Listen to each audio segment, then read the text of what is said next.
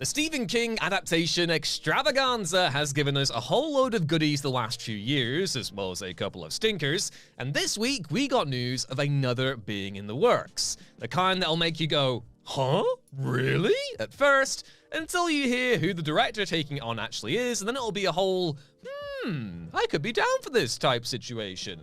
What's up everyone, I'm Ewan. And I'm Josh. And in today's What Culture Horror video, we've got that, an update on In a Violent Nature 2, a new look at an upcoming Wars of the Roses set horror starring Sophie Turner and Kit Harington, and also a little self-indulgent update on the new Mummy movie, reuniting Brendan Fraser and Rachel Weisz. So first up, Josh, do you remember The Mist? How could I forget, Ewan? It's in pretty much every What Culture Horror video that we do because it's that damn good and memorable. But why are we getting a new version? Because everything is reboots and remakes these days. We are indeed getting a new version. And I would have also accepted the fact that you live in Newcastle and there's a lot of mist in Newcastle, or a lot of fog. There's also a lot of like tentacled monsters in Newcastle as there well. are. They are a really big issue at the minute because they love the moist weather. And they like to grab you. Like every time I go down to the Tesco on my lunch break, it's perilous out there. They're really like, oh, hey man, give me a... And then they try and rope me in. It's a whole ordeal. But yeah, new version of The Mist is indeed coming. And it's coming from like the internet's horror darling, Mike Flanagan. Deadline broke the news this week that after helming his own take on The Exorcist, oh my god, I hate it. I won't drag the bad vibes in here though, I refuse. Flanagan will turn his focus to an adaptation of The Mist. Quote, Flanagan will direct and write the screenplay. He'll produce through Red Room alongside Tyler Thompson and Spyglass's Gary Barber and Chris Stone. Alexandra Magistro, which is a great name, will also executive produce the Red Room. This will be the fifth King project for Flanagan. Obviously, he did Gerald's Game a while ago. That's like from another era, that now. It feels like it, doesn't it? Did The Life of Chuck last year. Dr. Sleep, obviously. And I completely forgot that he's also helming a Carrie TV show for Amazon Prime. He's so the Stephen King guy. He's like locked in right now. And what I think is quite funny about this is that before Mike Flanagan was the Stephen King guy, Frank Darabont, who directed the original version of The Mist, was the Stephen King guy of his day. So the baton has been well and truly handled. I think, for me, it's always been a matter of time as to when Mike Flanagan was going to get around to doing a version of The Mist, so I'm not entirely surprised, but I do like the guy's work, and I think he excels, in my opinion, when he's like really focused on a very specific vibe and setting. My favorite of his works is Midnight Mass, which isn't a Stephen King adaptation, but has a lot of similar elements, is focused very acutely on this community, a very specific kind of like island community. And I think with The Mist, similarly, you're dealing with themes of isolation, you're dealing with that atmosphere of claustrophobia and the literal mist, closing in on you. So he's a safe pet, absolutely, and like you said, he's kind of the horror internet's boyfriend at this point. Yeah, he is. Like, he's seeing everyone. And to be honest, like, I don't quite get the fascination because I've enjoyed a lot of Mike Flanagan's stuff, but it's never been a case of, like, the euphoric praise that I see him get. But I think it's probably the fact that, he is so earnestly enthusiastic for the material, and especially for Stephen King, which is great. So yeah, I'm looking forward to this one. I'm intrigued to see what he did. But unfortunately, gonna have to wait until I think 2028 at the absolute earliest, because before then he's doing The Exorcist. I know you didn't want to bring the bad vibes in here, and I'm going to remain optimistic about The Exorcist until the day someone has die, because someone has to. No matter how many bad sequels and spin-offs and reboots that I actually watch, Exorcist 3 of course owns, as we all know. But yeah, going off the last one, the David Gordon Green Exorcist Believer, them getting Mike Flanagan in, I don't want to, ironically, become a believer myself in this next movie, but I have, like I said, he's not really put a foot wrong with me. Like yourself, maybe he hasn't made that 5-star banger that I've gravitated towards and, think he's the best thing since sliced bread, but he's a reliable pair of hands. I trust him when it comes to established IP. So if they were going to get someone to do it, if they have to do it, I am pleased that it's him, and I don't think he would take on a project at this point in his career when he doesn't have to, if he doesn't have an idea for it. So fingers crossed, if it does happen, he sticks around, and it's way better than what we've had for the past few decades. Yeah, to dwell on the Exorcist thing for a little bit further as well, I think William Friedkin said it best, where you get out of The The Exorcist what you bring to it. And I feel like, again, I've spoken at length in numerous horror videos now. I did an editorial on The Exorcist 3 a while ago as well about, you know, so much of why that story works is because it is about William Peter Blatty's, the author of the original Exorcist, his own relationship with his faith. Big time. And every other Exorcist movie that hasn't been done, bizarrely excluding the John Borman Exorcist 2, which, despite being very, very bad, actually has its own earnest sincerity that it's engaging with the material. It does. But every Exorcist movie outside of that initial trilogy, if you can call it a trilogy, outside of the duology and the weird one, it's kind of a case of like they come to it as the, you know, the Exorcist reputation is like the scariest, the movie that made people piss and poop themselves in cinemas. They did do that. And they did kind of shit and fart everywhere. But now it's a case of like, you know, every single Exorcist movie after that point, it's like, we're gonna make it the gross, spectacular, like scary thing. That's not what The Exorcist has ever been about. So I know that Flanagan has, you know, Midnight Mass, I believe, deals with some themes in regards to religiosity and faith. So maybe he is best position to do this. I don't think it's worth doing without William Peter Blatty now that he has passed away. But if they are going to do it, I think I'm with you. You know, I guess, you know, he could be the best choice. I think that's a great point. You know, The Exorcist, the original, is one of my favorite films of all time. I've not read the source material like I know you have, but so good. Part of why it's so effective for me, part of why it's so scary is, one, I believe in the characters. I think Father Karras is like one of the best horror like characters. A pressed little priest boy. And some of the best scares in that film, of course, you know, as everyone was, I was scared of Reagan, I was scared of the head twisting around the projectile vomiting and all that stuff, but some of them are just very subtle. It's Karras seeing his mother on the bed, or thinking he sees her in the subway. Oh, the dream. Get goosebumps, it's registered right now. Exactly. It's stuff like that, and those scares primarily work because you believe in that character and you believe in that emotional core that they have. And I don't think any other Exorcist film has even really been interested in replicating that, or if they have, it's ultimately been a character arc that's been hacked to death in the edit by the studio because they don't think that matters, but that is the heart and soul of the horror for me anyway. Yeah, but yeah, Mike Flanagan, The Mist, let us know what you think of that down in the comments below. Moving on to the next story, we've got a new look at In a Violent Nature 2. I did not realize that a sequel to this movie was on the way. I did not check out the original In a Violent Nature. I think you did. I actually really enjoyed it. Johnny's back. We got a press release to go along with this still as well. And also a little fun quote here, which is, I think it was in Variety. The sequel, which started shooting in Canada in September and is now in post-production, brings back Ry Barrett as Johnny, a vengeful undead killer who embarks on a bloody rampage. The group of teens steal a golden locket that awakens his spirit. In the second film, Johnny heads to a summer camp where he crosses paths with a young outcast camper who is forced to spend the night with his counselor sister and her friends at their annual end-of-season party. Lucas Wen, Olivia Scriven, Laurie Babin, Fionn Laird, Donald McLean Jr., and Evan Marsh complete the cast. Chris Nash, the writer, Chris Nash, not Very Chris, good. Chris Nash. Sean Connery entered the room for a second there.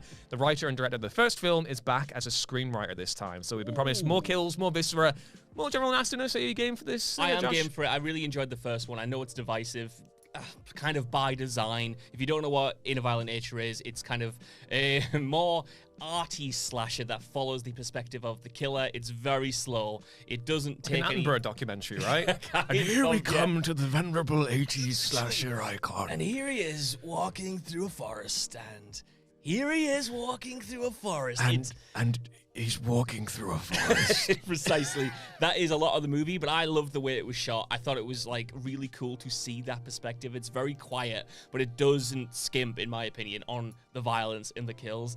The first movie had that in spades. Had one of the nastiest, gnarliest, most OTT death scenes in a modern horror that I have seen. So if they can still bring that while keeping that, strangely, I found like hypnotic, meditative pace of following this. You were trancing out. I was kind of was, yeah. Just like the like I said, the pace and the atmosphere that it had. So much of it is this from the perspective of the killer, who is kind of like this unthinking maniac, just walking through the forest, seeing the victims, and playing with the established beats of a slasher movie. You're telling me that In a Violent Nature is actually lo-fi beats to study and relax to? I'm saying it's kind of like a cozy game. Yeah, it's cozy horror. Yeah. It's going to be nicely meditative for you. Yeah, nice. Okay, I'm going to check it out eventually. The thing is, yeah, so I was going to say, no, it is until, you see someone's intestines pulled out through their orifices. That could that could maybe feel good for like a brief second.